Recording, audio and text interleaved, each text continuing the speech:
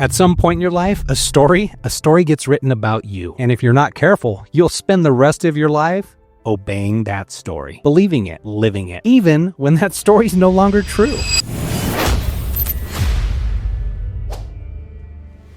Here's the real question. When something breaks you, do you let it define you? Or do you decide that you're going to rebuild yourself and decide who you'll become next? Because most people, we don't fail once in our life. Chances are we're going to fail 1, 2, 5, 10 different times in our life. It's an opportunity for us to rebuild and rewrite the next chapter of our life. Now, you know this story I'm talking about. The one, oh, I'm behind in life. I'm not where I should be. I missed my window. That version of me is gone. I'm past my prime. That's just how it is now. It is what it is. It sounds rational. It might even sound mature to some people. Maybe even sounds responsible and believable. But it's bullshit. It's not truth. It's the narrative that you've been telling yourself. You've been replaying on a loop in your mind so long that it feels true. And here's the sad thing. You actually believe it. But here's the problem. Your actions, your daily actions, they are loyal to that story. They always have been. So if the story says you're diminished, you're washed up, you're past your prime, you're never has been, your behavior, it's going to quietly agree. I want to show you something powerful that most people never realize. Your life will not change first unless you first change your identity. And our identity doesn't change from motivation. It changes from decisions, life decisions made under pressure. Let me tell you why I know this. A little over 2 years ago, my heart stopped beating in my chest. The very next thing I remember being in the hospital, being told that I survived something that most people never survive. I survived a widowmaker heart attack. Now, here's what I'm not going to do. I'm not going to dramatize it. I'm not going to glorify it. I'm not even going to sell it as a miracle. What matters isn't that it happened. What matters is what came afterwards. Because the event itself didn't rewrite my story. The decisions that followed, that's where the story was rewritten. Here's the mistake that most people make after a traumatic shock.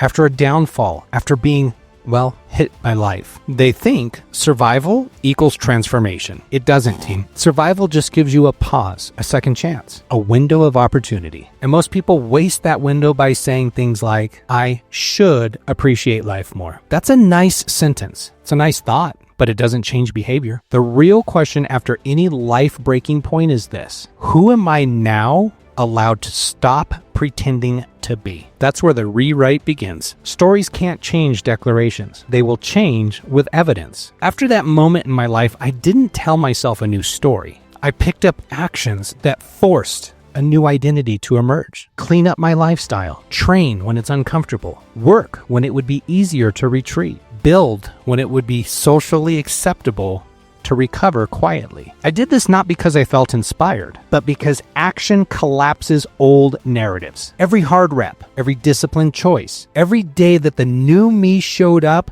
the old me didn't stand a chance. That's how my story changed. Not in my head, but in my behavior. And I've seen this pattern repeat over and over and over again. People want crystal clear clarity before they act. But here's the reality.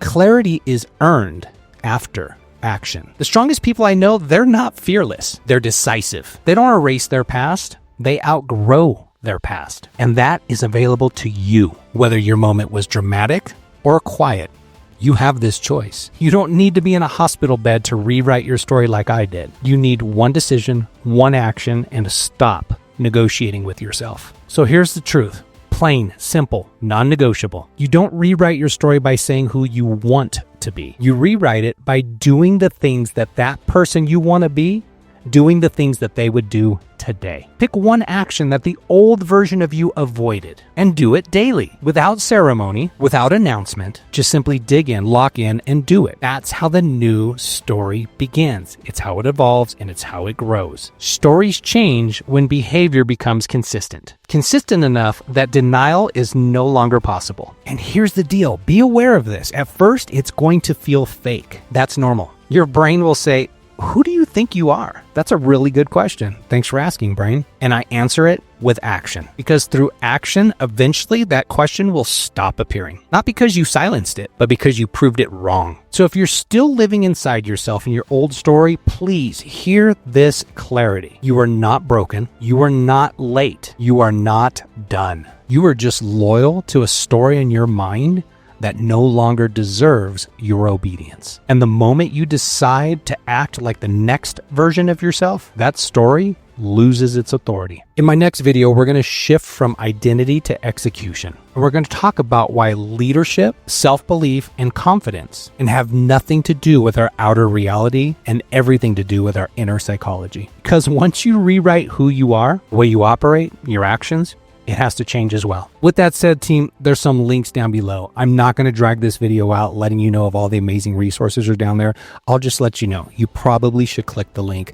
Most importantly, there's the opportunity for us to work one-on-one in a coaching relationship. If that is something that sounds interesting to you, I would absolutely love that. Take a click at the link down below, see what I offer, let's connect. But at the end of the day, it's your life, it's your business. Get out there, get after it. We'll talk soon, everybody. Bye-bye.